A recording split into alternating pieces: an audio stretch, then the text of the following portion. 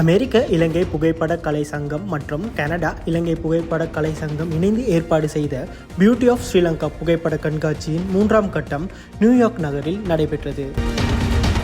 இலங்கையின் சுற்றுலா மேம்பாட்டு பணியகத்தின் அனுசரணையுடன் நியூயார்க்கில் உள்ள ஐக்கிய நாடுகள் சபைக்கான இலங்கையின் நிரந்தர பிரதிநிதி அலுவலகம் இதனை ஏற்பாடு செய்திருந்தது.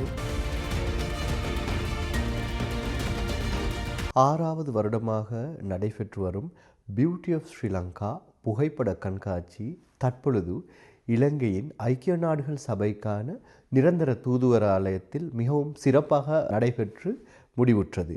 இக்கண்காட்சியை கண்டுகளிக்க 50 நாடுகளுக்கு மேற்பட்ட ராஜதந்திரிகள் மற்றும் உத்தியோகத்தர்கள் கலந்து கொண்டு நாடு இலங்கை நாட்டினுடைய வனவிலங்கு இயற்கை மற்றும் கலாச்சார அம்சங்களை பிரதிபலிக்கக்கூடிய புகைப்படங்களை கண்டுகளித்தனர்.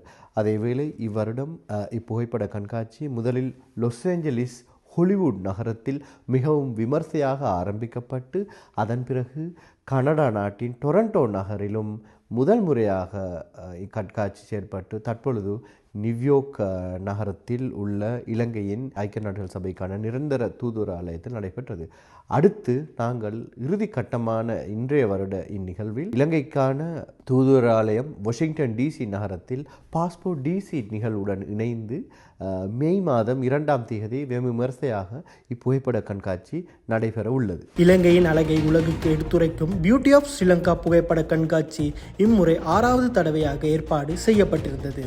ஐக்கிய நாடுகள் சபையின் பொதுச் செயலாளரின் அலுவலக பிரதானி கர்ட்னி ரட்ரோ இதில் பிரதம அதிதியாக கலந்து கொண்டார். இலங்கையின் சிரேஷ்ட புகைப்பட கலைஞர்களின் விருது வென்ற பல புகைப்படங்கள் நாட்டின் எழிலை உலகுக்கு பறைசாற்றும் வகையில் இங்கு காட்சிப்படுத்தப்பட்டிருந்தன.